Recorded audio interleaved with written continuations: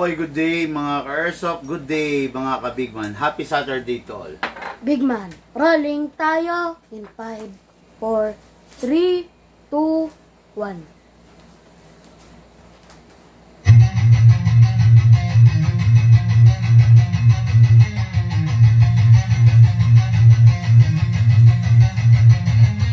Magsatabi sa daan, huwag kang babangga. Papasok si Bigman, may dala na banda. Minsan siniraan, pero di pinansin.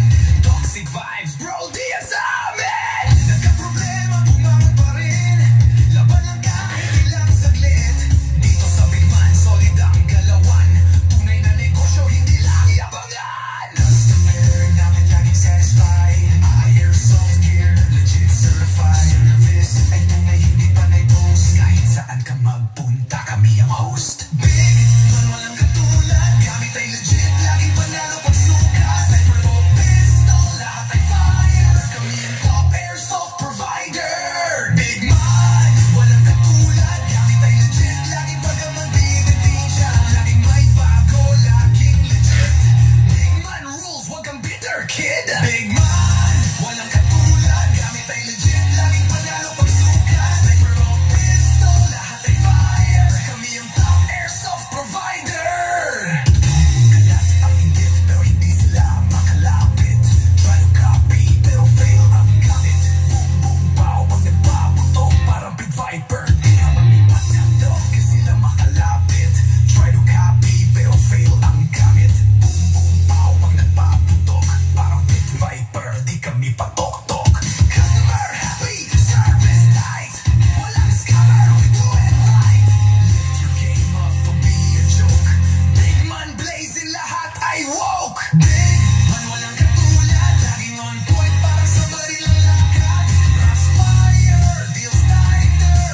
Big man, airsoft sniper. Sa presyong tama, sa gamit na solid. Panalo ka palagi, di ka magiging biktima, kid. Big man ang pangalan, tandaan mo palagi. Sa airsoft game, kami ang hari.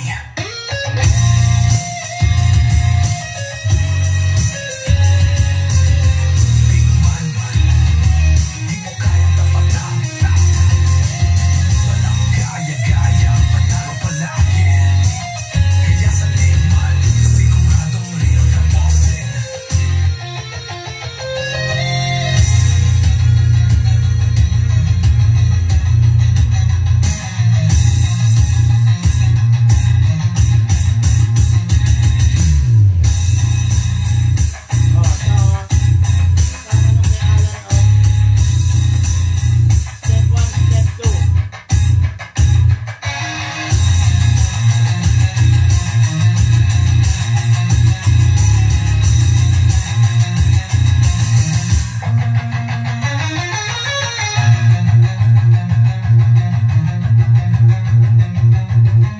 Big man, mo kayang tapatan. Walang gaya-gaya, panalo palagi. Kaya sa Big man, siguradong real ka, bossing.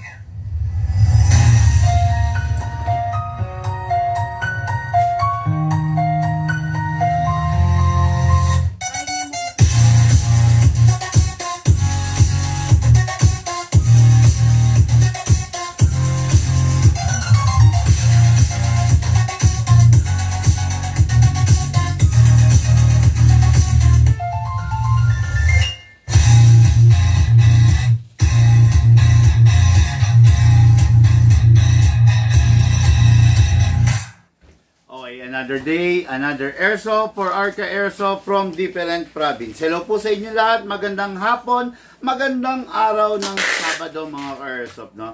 Ngayon po, nandito tayo to review and unbox yung unit ng ating mga ka-airsoft, tulad nga sabi ko, from different province. Okay, shout out, good day and good afternoon.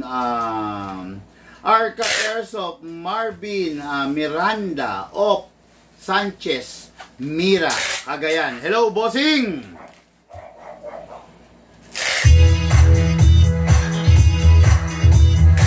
Okay, another one from Norte, Echage, Isabela. Okay, bali, Ronnie Mariano of Echage, Isabela.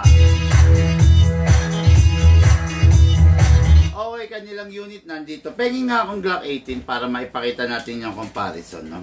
Itong unit ng ating Airsoft is a Glock 23. Okay, what is good and special about the Glock 23? Malalaman ninyo maya-mayang konti. No? Ito yung unit ng ating Airsoft, Ronnie Mariano. So, Op Echage Isabela. Then, Sir Marvin Miranda of Sanchez Mira Cagayan. Itong dalawang lugar na to is nasa norte to, nasa taas to ng Luzon, no. Norte, ito yung mga dinadaanan namin way back during the boss Iron Man, no. Nadadaanan ko to, pinupuntahan, kumbaga dinadaanan dito kami umiikot during the North Loop na tinatawag natin, no. Kaya masarap tong lugar na to for me, napakasaya rito pag umiikot kami dito sa lugar na to. Okay? Mga Airsoft, yung unit natin ka Airsoft, Sir Ronnie, is the Glock 23. Actually, ang asawa ng Glock 23 is si Glock 19. No? Mag-asawa ang Glock 23 at saka si Glock 19. Mag-asawa ang 17 and 18. Mag-asawa ang 34 and 35. Yun. Okay, no? Ang anak nila is si Glock 26. Okay. Glock 26 and Glock 27, no? Kung tatawagin, no?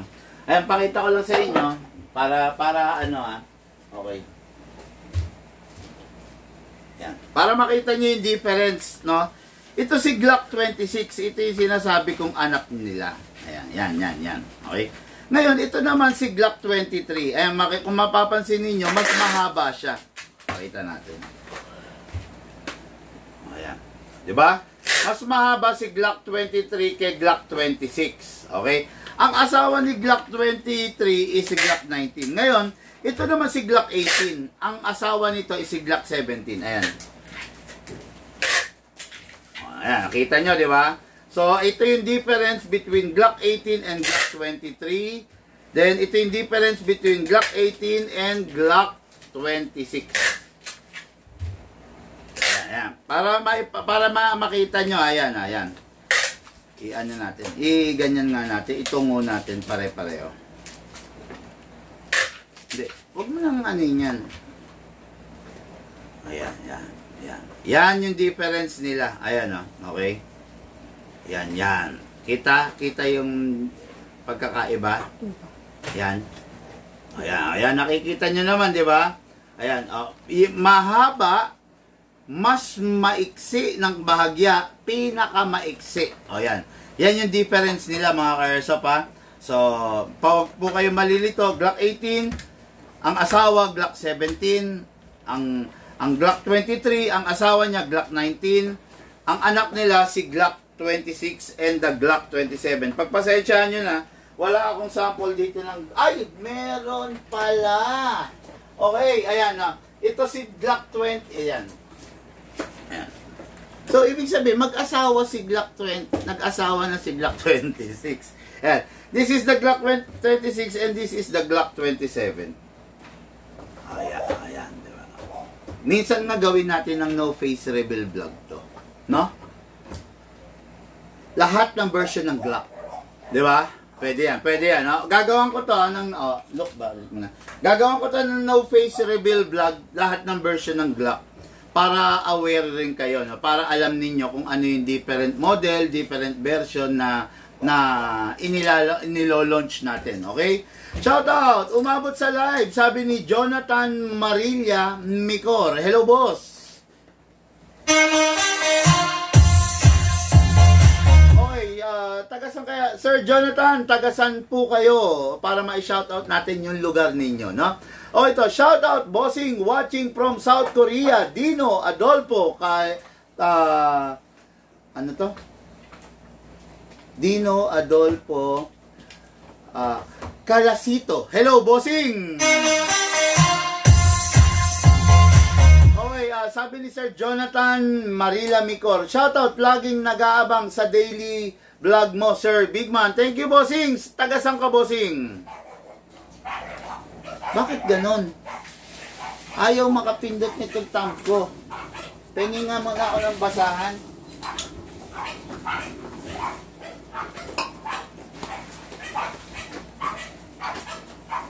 Hindi siya nakakapindot.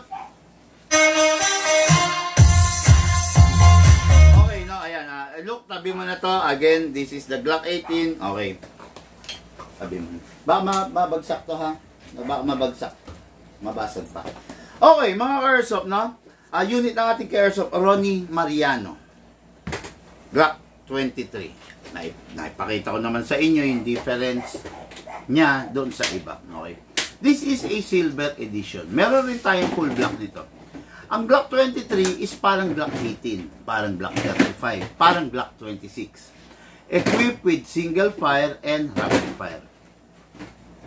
Pag nakataas, single fire. Pag nakababa, rapid fire. Okay? Ayan. Ngayon, itong unit na to is, sabi ko nga, equipped with single fire and rapid fire. So, meron siyang rapido na tinatawag. Pag merong rapido, ibig sabihin, ano? May rapid fire. Di ba? Rapido, rapid fire yan eh. Okay. Ngayon, itong unit na to is, masasabi natin na one of the most trusted unit pagdating sa airsoft. Pero, dahil nga sa features niya na single fire and rapid fire, yun yung nagiging downside niya. Tatapatin ko na kayo mga ka-airsoft, no? Nagiging sirain yung barrel doon sa rapid fire function. Dito nyo lang maririnig yan. Kasi hindi naman sasabihin yan ng mga ibang dealer eh. Kasi syempre, hindi sila makakabenta, di ba? Pero dito, sasabihin ko sa inyo yung totoo. Yung rapid fire function, hindi maganda para sa barrel. Diretsong sagot yan. Diretso yan, no? Hindi ko maaatim na bibili kayo sa akin, then alam ko na yung unit masisira after a while, no? Yan. Itong rapid fire function, dahil nga sa rapid fire function, nagiging sirain yung barrel. Maangas siyang tignan, matikas, ganda, may rapid fire, di ba? Kaya lang, yun yung pinaka-downside niya. No? Ngayon, when it comes to accuracy, don't expect ng accurate doon sa rapid fire. Okay, o, ganito. Sasabihin naman ng iba, di ba, big man, ang gagamitin ko is yung single fire lang. Madalang lang ako magra-rapid fire. Well and good, tama naman yun, di ba? Tama naman yun. Kaya lang, mayroon pa rin downside yun. Alam nyo ba na pag nasira yung rapid fire function, yung hammer assembly ng rapid fire function, sira na rin yung single fire. Totoo yan. Pag nasira naman yung single fire function, pati yung rapid fire madadamay. Isang buong assembly, isang buong transmission yan. Pag nagloko yun, patay na. Ayan. Totoo yan sinasabi ko ha. Nung nakaraan, nagpakita ko sa inyo ng itsura ng hammer assembly. Ipinakita ko yun sa kwentuhan session tanungan portion. Ay, sa no face reveal vlog. I-ready mo na sa akin ha kung pang ilang episode tayo. No face reveal vlog yun. Ipinakita ko doon kung ano itsura ng hammer assembly. Ngayon, pag yun, isang buong assembly yun, pag nasira lang yung kaisa-isang spring nun, yung parts nun, totally damaged na talaga yun. Magpapalit kayo ng isang buong assembly. Okay? Ngayon, itong unit na to, okay naman siya, kaya lang, yun nga lang, learn how to manage your firing mode. Single fire, rapid fire. Kaya lang minsan, meron akong sinasabi, meron pa ring tsamba. Ibig sabihin ng tsamba, kahit anong ingat mo, talagang minsan, sa hindi inaasahang pagkakataon, bumibigay. Okay? Kaya, nasa sa inyo pa rin yun. Okay, this is the Glock 23. Compare into Glock 18 or 17, makikita nyo, mas maliit yung magazine niya. Ganun din naman si Glock 26, mas maliit. Ito, this is the conventional size of a magazine. Tignan nyo yung magazine niya, mas maliit ng bahagya. Pero hindi Glock to 6 hour to. Pero ayan mas maliit ng bahagya. Yung bahagya na yan, marami ng bibis na malalaman yan, and at the same time, marami ng hangin na mailalaman. Ngayon, pag ganito ang unit mo, mas maiksi, mas maliit, compared dun sa standard, expected mo na yung ganitong unit, mapalag. Mapalag siya. Hindi siya ganun ka-accurate, hindi katulad ng ibang mga unit. Okay? Paano ba sabihin to? When it comes sa lakas, syempre, mas malakas yung mas mahaba. Tatandaan nyo to, huwag nyo kakalimutan, ang isang barel, mas humahaba yung travel ng bala, mas lumalakas. Kasi bakit? Na mas nakaka-gain siya ng momentum. Ibig sabihin, nakakabuelo siya. Okay? Kaya mas humahaba, mas malakas, mas nagiging mataas ang FPS niya. Okay? Before we proceed, shoutout muna tayo. Leonardo Almonte, Vito, shoutout from Lukban, Quezon. Okay, Jonathan from Cabanatuan. Thank you, sir. Thank you. Okay, tapos shoutout Boss Bigman, live from Pili, Camarines Sur. Hello, bossing. Owen Sherwin Correo Esteban. Good day, Sir Bigman. Happy Longganisa Day. Ganun ba? Meron ba Longganisa Day? O baka meron sa kanila na sa Binyan, Laguna, no? Okay, actually, ngayon ko lang narinig yung Longganisa Day. Pero I know merong mga iba't ibang lugar na meron talaga mga longganisa. Like Kalumpit, like Pulilan, like Cabanatuan. Yan, gustong-gusto ko yan, yung longganisa ng Cabanatuan. Shoutout po sa mga taga-Cabanatuan dyan. Baka naman, favorite ko yan, yung longganisa ng Cabanatuan, ng Pulilan. Hindi ko pa natikman yan longganisa ng Binyan o Alan Villaris. Baka naman. Okay, no, bro. Meron din po ba kayo Hammer Assembly ng 1911? Actually, ang 1911, kumpara mo sa 2011, ang 1911, hindi siya isang buong assembly. Okay? Hiwa-hiwalay siyang parts. Kaya walang tinatawag na Hammer Assembly ng isang 1911. Hindi katulad ng Glock is isang buong assembly yon. Kumbaga, drop lang yon. Ilalaglag mo lang. Ayun na yon, no? Isang buong assembly. Sa 1911, nahihimay yan. Walang assembly na tinatawag. Kaya ako kaya, di ba sabi ko, favorite ko ang 1911 and 2011. It is because, pag nasira, halimbawa, nasira yung disconnector lang.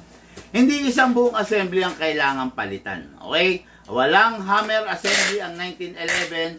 Kumbaga, hiwa-hiwalay, separate na parts yan. Hindi katulad ng Glock na isang buong assembly. Thank you! Naglilipat talaga.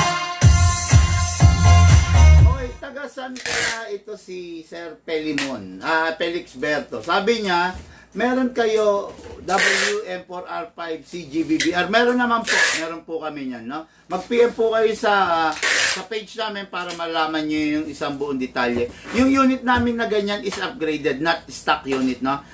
Normally, yung unit na hinahanap mo na yan is nasa 380 to 400 FPS lang. Kaya lang yung amin 500 FPS. Yung sa amin po, upgraded. Okay? Ibig sabihin, yung sa amin mas mahusay kesa dun sa non-upgraded. Okay? Yung sa amin, ulitin ko bossing yung sa amin po, upgraded. Okay? Yan. Ngayon mga Airsoft, dire-diretso tayo. Review and unbox ng unit.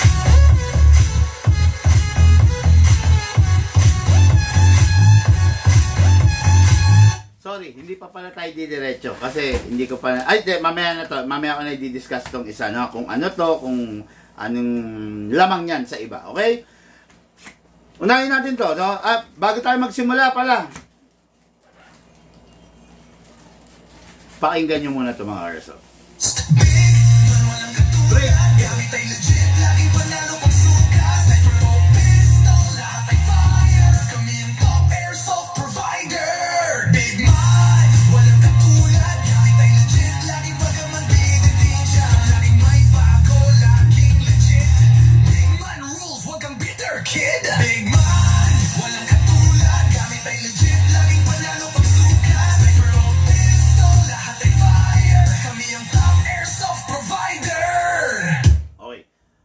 Let's go, let's proceed. Okay. Itong unit na to, ide-demo ko. Pero whatever happens, lifetime warranty naman. Ang mga unit dito sa Bigman is lifetime warranty. Nagka-problema, dalhin nyo lang, ipadala nyo lang, ipalalamove nyo lang, ipaship nyo lang, gagawin po natin yung unit, okay? Kung mga minimal damage, like spring, like lock, like stopper, like madali na po yan. Libre ko lang ibinibigay.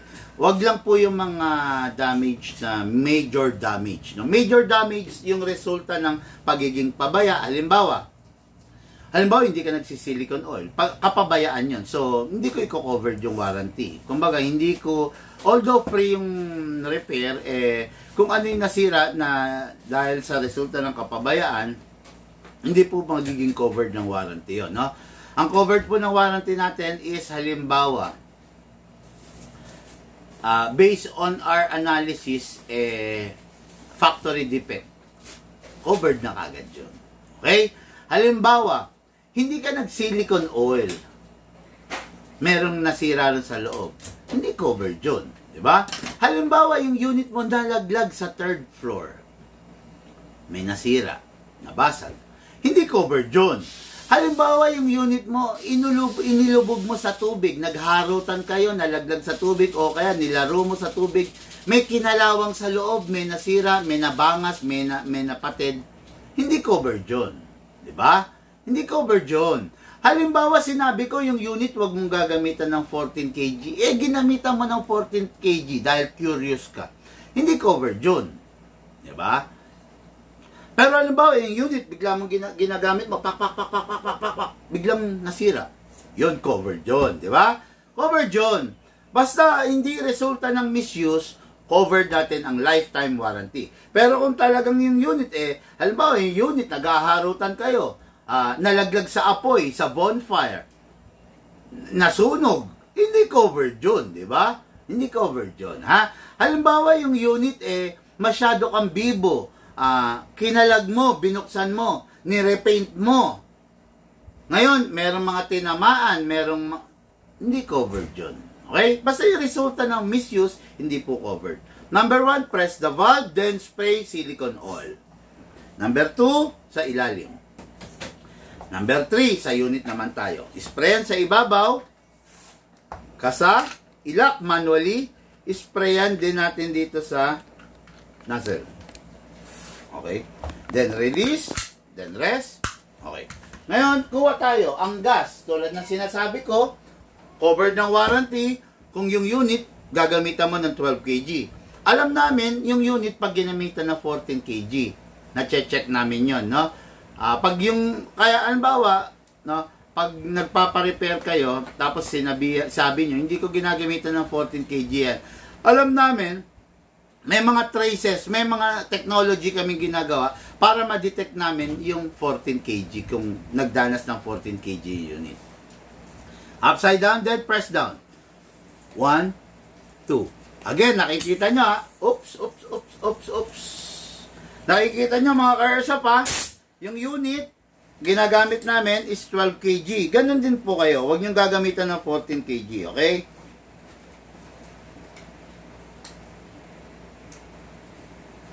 Huwag niyo pong gagamitan siya ng 14 kg kasi masisira siya. 1, 2. Okay. Ngayon, maglalagay tayo ng bala, mga ka-airsoft. Bala. This is the reloader. Hatakin to pababa. Place your other thumb here para kung mabibitawan mo to, ito ang sasalo. Okay?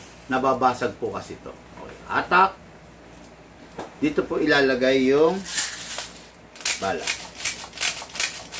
Okay? Ngayon po, pag ganito ang itsura, kalugin ninyo. Pag bungi-bungi, no? Kalugin ninyo para mas solid, para mas maraming mailalagay na bala. Okay? Ganito po yung proper, mga ka-airsoft. Pandali, ha?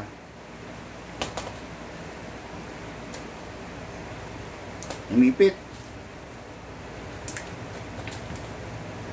Yan. Ganito po yung pinaka-proper. Left, right, left, right, left, right. Okay? Ngayon po, pasok natin sa unit. Kasa. Ready to fire. Always start single fire po tayo. Pag ibinaba, rapid fire. Pag nasa taas, igpit ha.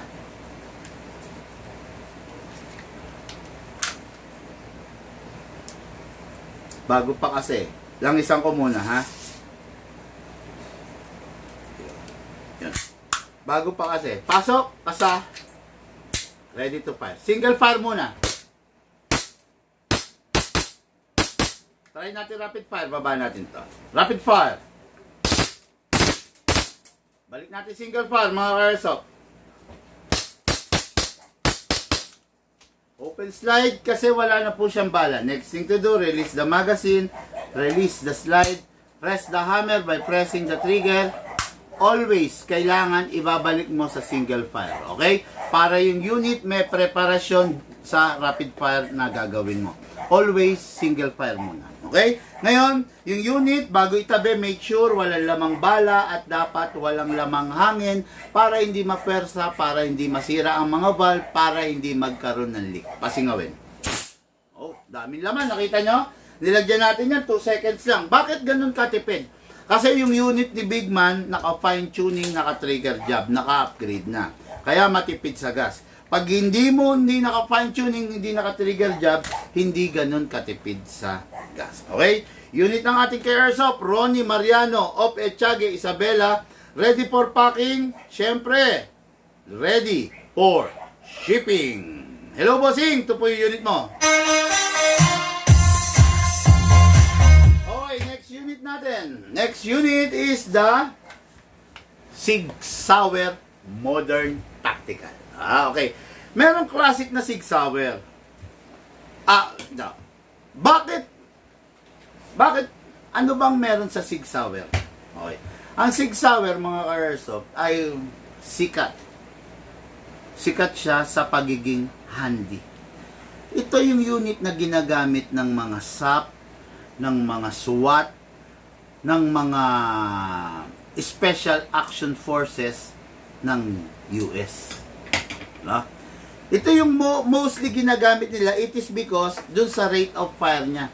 At saka handy siya. Okay? Yung mga Special Action Forces natin, hindi naman kasi ang goal niyan, or yung mga SWAT, hindi nila goal yung patayin yung ino-operate nila. Lahat naman ng pulis ang goal nila is to, mapahupa yung sitwasyon. Halimbawa, nanlalaban yung isang tao, babarilin nila sa paa, sa binte, hindi sa ulo. Di ba? Walang batas na sinasabing barilin mo sa ulo yung isang taong nag-ooromentado. Okay? Walang batas na ganon. Ngayon, binabaril nila sa paa para mapahupa yung sitwasyon. Nagwawala, nag-ooromentado, nananaga. Babarilin nila sa paa yan. Pak. Ganun din mga Special Action Force ng US. Diba? Hindi nila goal na patayin yung kalaban nila. Ang goal nila, mapahupa yung sitwasyon. Actually, kasama sa training nila yan. No? Kasama sa training ng mga action forces natin yan. Shoutout! Eman, Venko, Sir, good morning. Kompleto na naman ang araw ko. Dahil napanood ko live mo, vlog mo, live, no? Watching again from Dubai, UAE. God bless. Sir, maraming salamat sa pagtangkilik mo sa amin. Bossing, baka pwede naman pa-share yung live video, di ba? Para naman yung mga kamag-anak mo, yung mga friends mo, yung mga tropa mo, yung mga old friends mo, mabuksan, no? Yung airsoft sa kanilang isipan, di ba? Maging malay mo, makatulong ka sa kanila kung nai-stress sila, nadidepress sila, kung may airsoft sila, nagta-target shooting sila doon sa garahe nila. Di ba? Makakatulong ka doon sa kapwa mo nang hindi mo inakala, di ba? Later on, malalaman mo yung napaglalabanan nila yung depression, yung stress, dahil nalilibang sila, dahil naglalaro sila ng airsoft. Okay, no? Naitawid pa yun, no? Salamat, bossing, sa sa pag-aano mo sa amin, pag-tangkilik mo sa amin. Okay? So, diretso tayo, no? So, ito yung unit, Sig Sauer. Sikat na sikat to sa ibang bansa. Maaring dito sa atin hindi gaano, pero still ine-embrace to ng mga nakakaintindi rito. Okay? Press the valve, then spray. Okay, then dito rin sa ilalim. Alam nyo, ang airsoft halos pare-parehas lang naman ng operation. Kaya lang, magkakaiba lang ng itsura, ng model, ng caliber. Pero, sa totoo lang, pare-parehas lang rin ang pag-maintain. Spray sa nozzle, okay din. Spray sa ibabaw. O, katulad nito, di ba? Ganito kasi yan. Ang Glock, ini-sprayan sa nozzle at saka dito sa ibabaw ng barrel. Ang ZZ sa nozzle lang. Ang Beretta sa nozzle lang. Ang Desert Eagle sa nozzle lang rin. At saka sa slide stopper pala, sorry. Ang 2011 sa nozzle at saka sa slide stopper. Ang 1911 nozzle, slide stopper. O, di ba? Ganon. Kaya, halos pare-parehas lang. Lahat ini-sprayan sa nozzle. O, di ba? Yung iba, sa slide stopper, yung iba sa ibabaw. Kaya, sundin nyo yan, yung sinasabi ko. And, pag sinunod nyo yung sinasabi ko, you will thank me later. Tandaan nyo. Pero pag hindi nyo ako pinakinggan, hindi nyo sinunod sinabi ko, nako, sasakit ang ulo nyo. Suffer all the consequences. Di ba? Okay, so ito yung unit ng ating ka-airsoft, Marvin Miranda.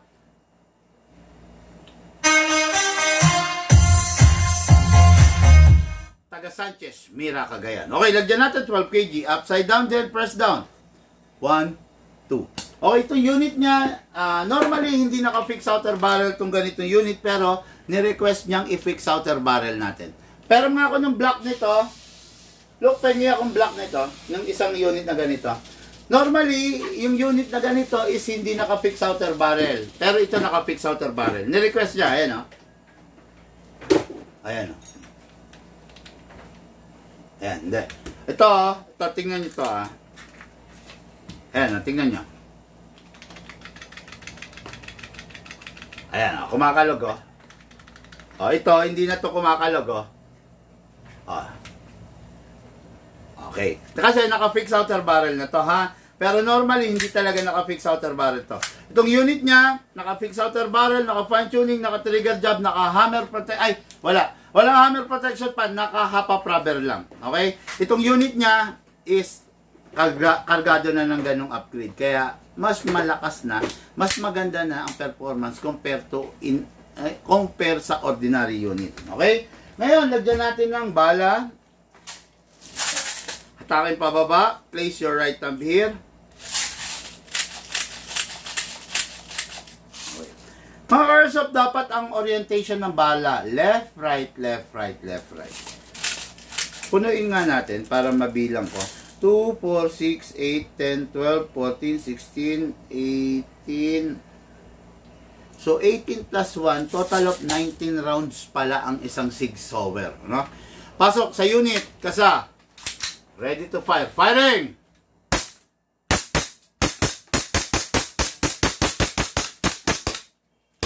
Uy, hindi nag-open slide, ha? Isa pa. Nirapido ko kasi. Nirapido ko kasi, which is mali. Masyado lumamig yung magazine. Okay. Masyado lumamig. No? Partida malamig pa ngayon kasi naka-aircon tapos umuulan, no? Okay, tingnan natin. Firing, pasok. Firing.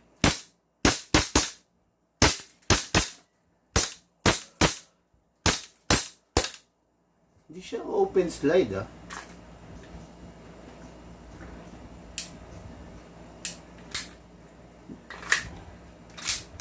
Nag-open slide naman. Wala ng gas. Sorry. Wala na pala kasing gas.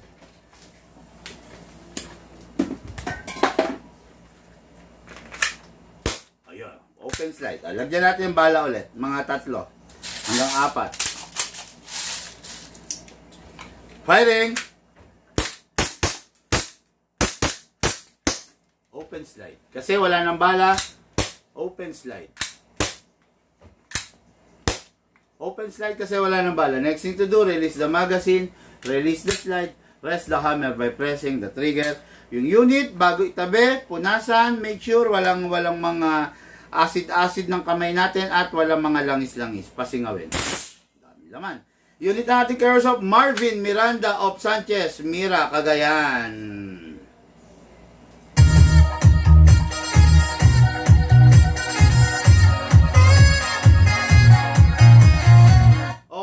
Mga ka-airsoft, natapos na naman po ang pagbablog natin. Mamaya gusto kong gawa ng